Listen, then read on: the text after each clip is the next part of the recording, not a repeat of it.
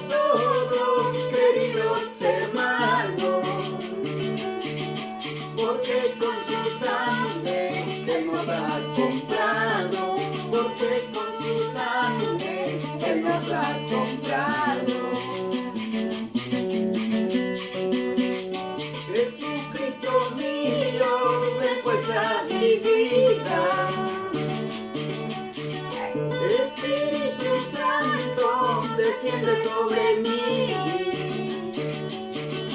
y te alabaré yo con todo mi corazón, y te alabaré yo con todo mi corazón, y te alabaré yo con todo mi corazón, y te alabaré yo con todo mi corazón. Sí, Señor, aleluya.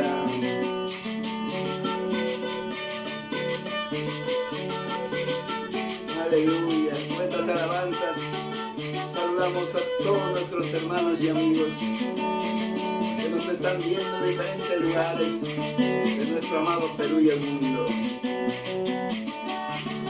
Saludamos a todos nuestros diáconos del templo Casa de Oración aquí en San Martín de Porres de los Chacos, y a todos nuestros hermanos pastores, misioneros, evangelistas que llevan la palabra de Dios por todo lugar del Perú y el mundo. Aleluya, gloria a Dios. Alabemos todos a mi Jesucristo y cantemos todos, queridos hermanos, porque con su sangre Él nos ha comprado, porque con su sangre Él nos ha comprado. Jesucristo mío, ven pues a mi vida. Espíritu Santo, desciende sobre mí. Te alabaré yo con todo mi corazón, y te alabaré yo con todo mi corazón. Gloria a Dios. Aleluya, Señor. Te alabaré, Señor, con todo mi corazón, bendito Dios, porque tú, Señor, nos das la vida y la salud. Alabado sea tu nombre, gloria a Dios.